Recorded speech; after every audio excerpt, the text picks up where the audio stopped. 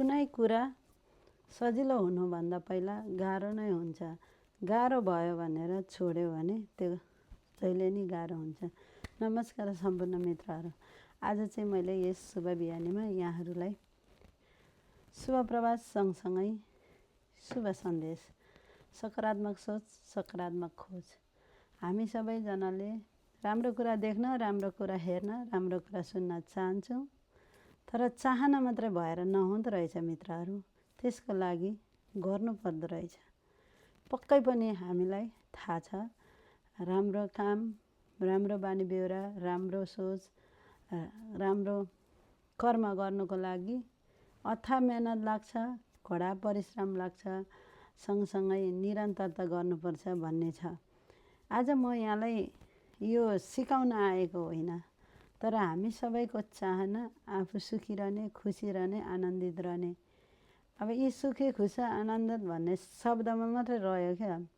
सबैजनामा काहीँ न काहीँ कुण्ठा छ, गुनासो छ, असहज छ, पीडा छ। अब यसलाई हामीले एउटा माध्यमद्वारा त हामीले त्यसलाई खाली बनाउनु पर्यो नि त, होइन र? यो खाली गर्नको लागि पनि हामीले पहिला भित्रको त्यो पीडादायक कुण्ठाहरूलाई निकाल्ने, त्यस पछाडि ती खाली भएको ठाउँमा फेरि सकारात्मक कुराहरू, सकारात्मक विचारहरूको बिउ रोप्नुपर्ने हुन्छ। यो त पक्कै पनि सजिलो त छैन, तर फेरि गर्न नसकिने पनि होइन। यसलाई हामीले निरन्तर बारम्बार अभ्यास गर्ने कुरालाई थाती राख्नुपर्ने हुँदाखेरि सबैको चाहना सहज, असल, खुसी रहनेछ। तर हाम्रो व्यवहार चाहिँ के हुँदै गरेको हुन्छ भने सजिलो, जहाँ छिटो मनले हामीलाई तान्निन्छ, त्यस्ता कुराहरूमा हामी रोमालेर आफूले आफूलाई सुन्नु, आफूले आफूलाई बुझ्नु छोडिराखेको हुन्छौँ क्या मित्रहरू।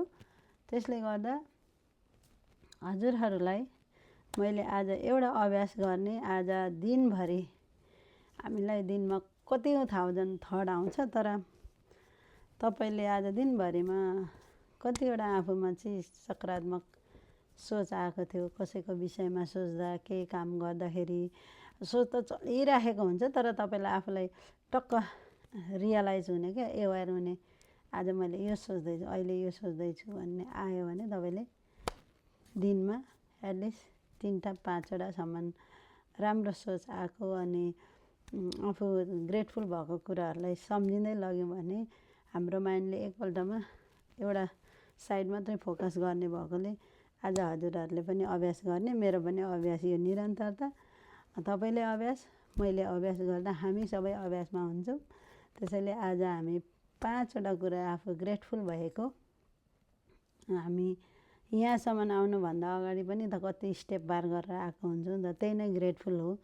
त्यसले गर्दाखेरि हजुरहरूले पनि आफूलाई हरेक दिन आफ्नो विषयमा राम्रो पक्षलाई हेरौँ।